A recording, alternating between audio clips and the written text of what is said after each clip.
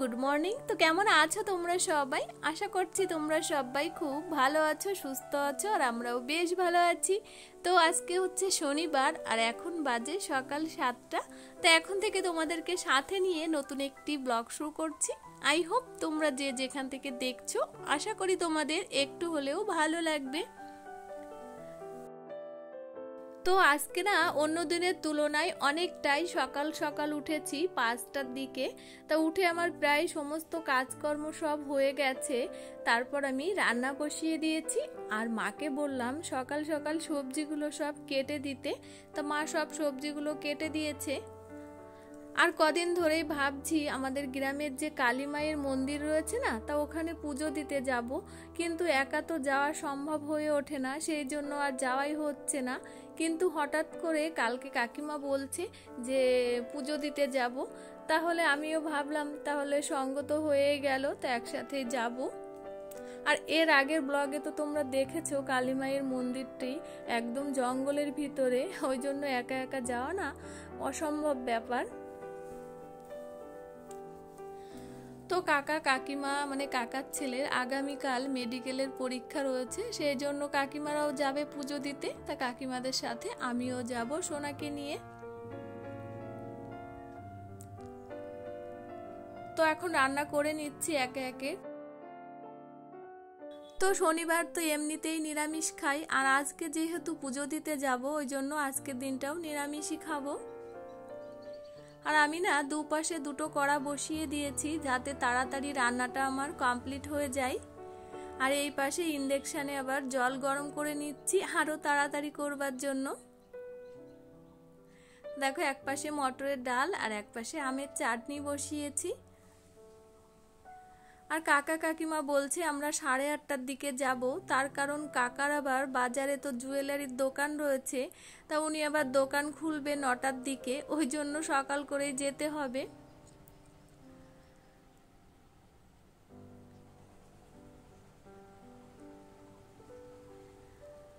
তো এখন আমি এই যে এদিকে চাল কুমড়োটা ভেজে নিচ্ছি একটু কালো জিরে ফোড়ন দিয়ে।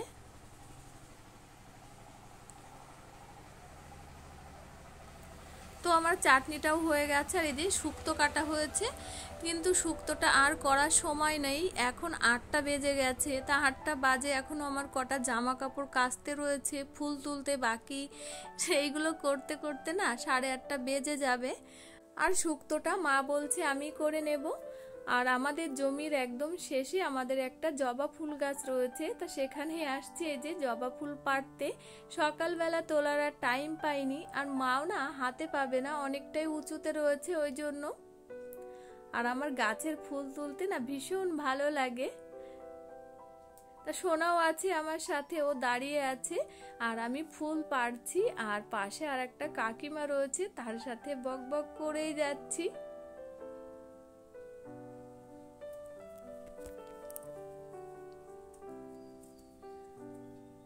আর অনেকটাই উঁচুতে রয়েছে, তো ওই জন্য বাড়ি থেকে আবার একটা লগাও নিয়ে এসেছি। তো ফুল পেরে তারপরে কটা জামা কাপড় রয়েছে কেচে তার স্নান করে রেডি হয়ে নেব। তো দেখো সব ফুল পাড়া হয়ে গেছে, আর দুটো কলা পাতা নিয়েছি প্রসাদ দেওয়ার জন্য। আর তোমাদের দাদা ভাই এই যে সন্দেশ এনে দিয়েছিল, বাতাসার ধূপ। তারপর অলরেডি স্নান করে নিয়ে রেডি হয়ে এখন যাচ্ছি মন্দিরের দিকে। কাকা কাকিমা সোনা কাকার ছেলে ওরা আগে আগে দেখো। আর ওই জমিটা দেখছো ওটা আমাদেরই জমি। আমি বলছি দাঁড়াতে, ওরা আগে আগে চলে যাচ্ছে, আমি তো হাঁটতেই পাচ্ছি না খালি পায়ে। আর এখন এই যে জঙ্গলের ভিতর দিয়ে যাচ্ছি। তোমরা তো এর আগেও দেখেছো এই অন্য ব্লগে যে জঙ্গলের ভিতর দিয়ে গেছিলাম ওই মন্দিরে পুজো হচ্ছিল যখন। ভীষণ বড় জঙ্গল, তার পাশেই মানে মধ্যখানেই মন্দিরটি। তো দেখো দেখতে দেখতে মন্দিরের দর্শন পেয়ে গেছি। তোমরা দূর থেকেই বুঝতে পারছো চারিদিকে কি পরিমাণে জঙ্গল আর মাঝখানে মন্দিরটি। তা বলো একা একা আসা সম্ভব? কখনোই সম্ভব না, আমার পক্ষে তো সম্ভবই নয়।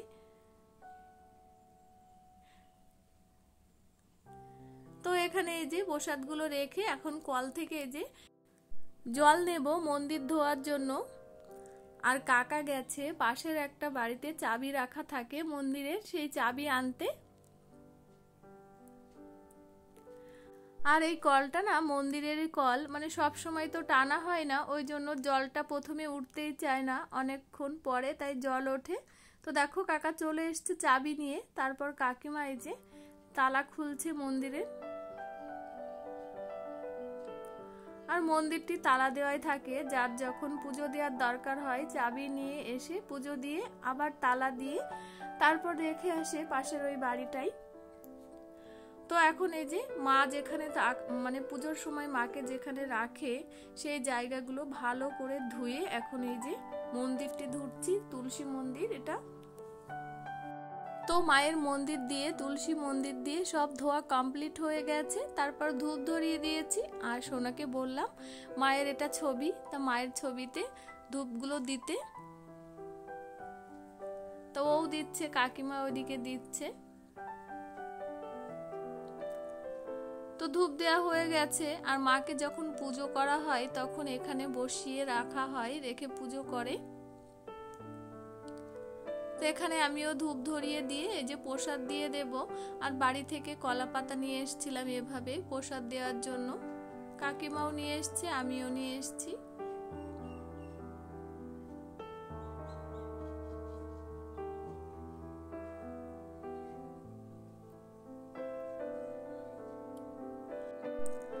আর এই মায়ের মন্দিরের এখানে না কোনো গাছে কেউ হাত দেয় না, কোনো জ্বালানি কেউ ব্যবহার করে না। তারপরে এখানে তাল গাছ আছে, তালও কেউ খায় না, মানে এখানকার জিনিস কেউ কোনোদিন আগুনে দেয় না আর কি। খুবই জাগ্রত মা আমাদের। তো স্বামী সন্তানের মঙ্গল কামনায় পুজোটা দিলাম আর কি। তো আমার পুজো দেওয়া কমপ্লিট হয়ে গেছে মন্দিরে। আর সোনা এখন এই যে মাকে ফুল মিষ্টি দিচ্ছে। আর ও কাল থেকে বলছে আমিও উপোস থেকে পুজো দেব। তো দেখো ওরও দেয়া হয়ে গেছে, এখন প্রণাম করছে। আর আমি যে প্রণামী নিয়ে গেছিলাম তা আমি 11 টাকা নিয়ে গেছি মাকে দেওয়ার জন্য। তা টাকাটা ওখানে দিলে ভিজে যাবে, ওই জন্য প্রণামী বাক্সে দিলাম আর কি। দিয়ে আবার মাকে প্রণাম করে একটু ঘন্টাটাও বাজিয়ে নিলাম।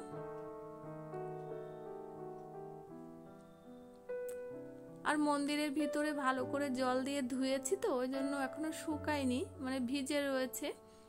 তারপর এই যে তুলসী মন্দিরে এখন এই যে পুজো দিচ্ছি।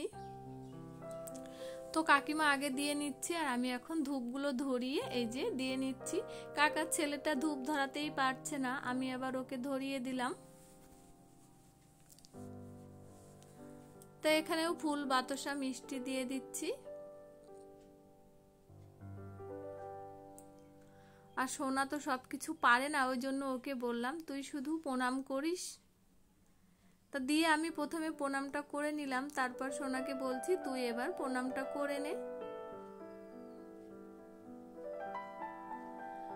তো ওখানে দিয়ে তারপর এই যে গাছটায় সবাই ভাড়া বাঁধে আর কি, সেইখানে এবার পুজোটা দিয়ে নিচ্ছি। আর এখানে অনেকের অনেক মানসা থাকে আর কি, সবারই মনের আশা পূর্ণ করে কালী মা।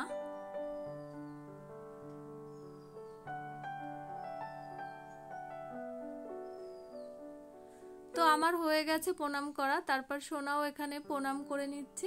আর এটা হলো ভোগের ঘর, যখন পুজো হয় পরদিন ভোগ হয়, তো এখানেই ভোগ আরতি হয় আর কি। সেই ভোগের ঘরের সামনেও একটু পুজো দিয়ে নিচ্ছি। আর সাইডে রয়েছে বাঁশ বাগান, মানে বাঁশের পাতা না ভরে গেছে মন্দিরের চারিদিকে।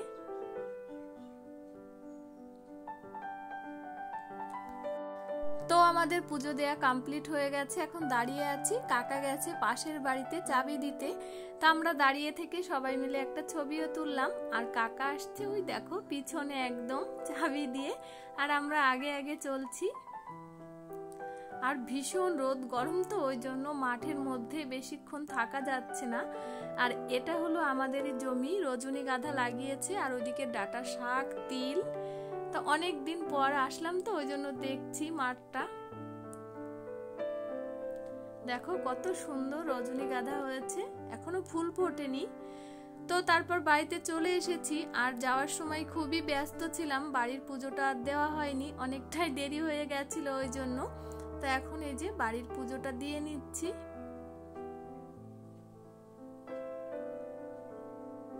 আর সোনা ওদিকে খেতে বসে গেছে অলরেডি, অনেকটাই বেলা হয়ে গেছে তো ওই জন্য। তো মা ওকে খেতে দিচ্ছে।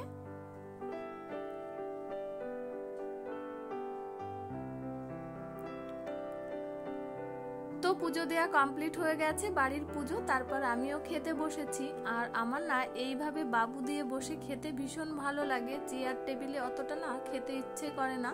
তা আমি এই যে বাবু দিয়ে এইভাবেই বসে খাচ্ছি। নিয়েছি ডাল, নিয়েছি চাল কুমড়ো ভাজা, আর শুক্তো রান্না করেছে মা দেখছি আবার, তা শুক্তো নিয়েছি। তো এই ভিডিওটি আর বড় করছি না, এখানেই শেষ করছি। তো ভিডিওটি তোমাদের কেমন লাগলো অবশ্যই একটা কমেন্ট করে জানিও। আর যেসব বন্ধুরা আমার চ্যানেলটিকে অলরেডি সাবস্ক্রাইব করে দিয়েছো তাদেরকে অসংখ্য ধন্যবাদ। তা আবার ফিরে আসছি নতুন ভিডিওতে। টাটা।